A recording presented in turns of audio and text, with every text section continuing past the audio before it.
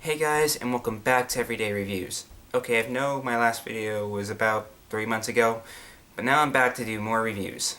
Now for this Christmas, I received a large amount of games, I think about 40, for the PS2 and the Sega Dreamcast. I had to thank my parents for giving me all these games and possibly potential reviews. Anyway, I received this game called Soul Fighter for the Sega Dreamcast. Now for what I've heard about this game, it's considered to be one of the worst Dreamcast games in the Dreamcast library. Now let's find out.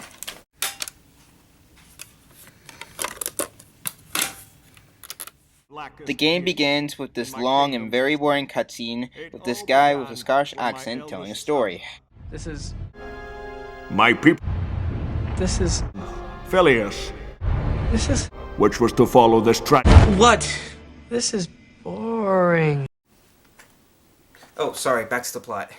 To sum it up, the village goes into deep shit because some betrayal happened, and now we have to collect souls to save everyone. This guy is so dramatic. I mean, look at this scene. He's just on his knees, but he's just telling the story. It's so ridiculous. Soul Fighter. Finally. Now let's start the game. To begin with, there are 3 different characters that are very similar in strength and speed, so it doesn't really matter who you choose. Just pick one and let's get started. Okay, I know this game looks like a standard beat-em-up, but let me tell you why this game is terrible.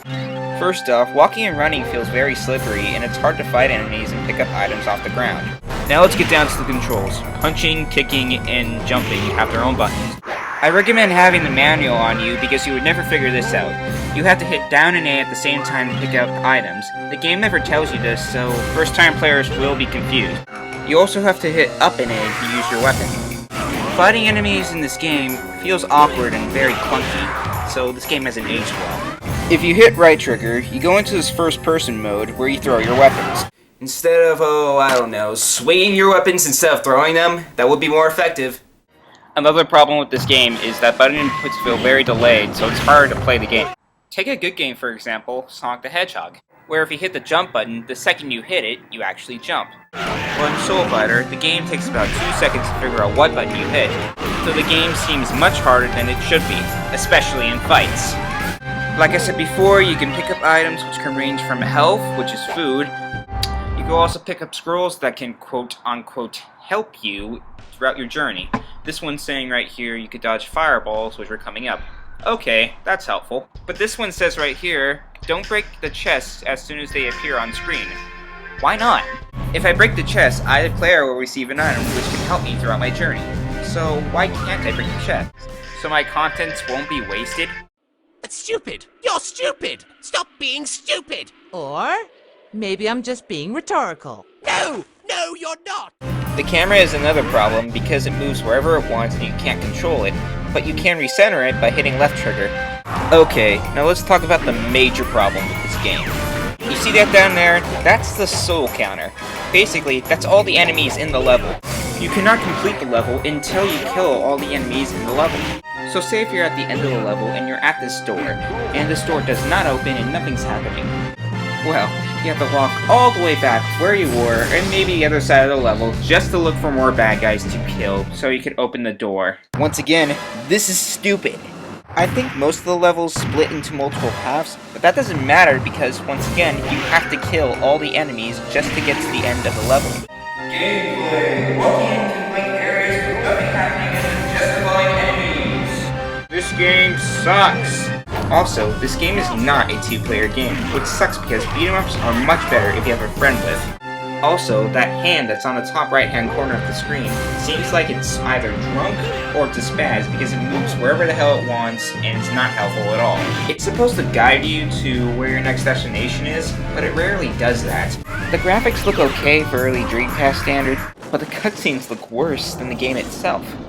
The music is forgettable, but the music changes into something more dramatic whenever enemies come. It's annoying, but yet it's very helpful. So in conclusion, is this game really worth the title of the worst Dreamcast game in the Dreamcast library? Well, not exactly. This game can be fun at times when beating up enemies, but the game also gets very old very fast. Also, I can't say if this is the worst Dreamcast game yet, because I've never played all the Dreamcast games. But I can say this, running around areas I've already been to find enemies is stupid, the camera is shit, and due to this game's repetitive nature, this game gets very old very fast. Look, if you're looking for good beat-em-up games for Dreamcast, try Beats of Rage, Dynamite Cop, or Zombies Revenge. Those are all worth your time. But if you're looking for another beat-em-up for the Dreamcast, because there really isn't that many, then by all means play this. But if you're looking for a good beat-em-up at all, don't play this. Please don't.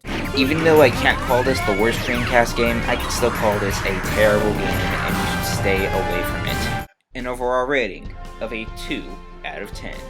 This was Everyday Reviews. Saying bye guys and game on. Oh yeah, and never say victory like this.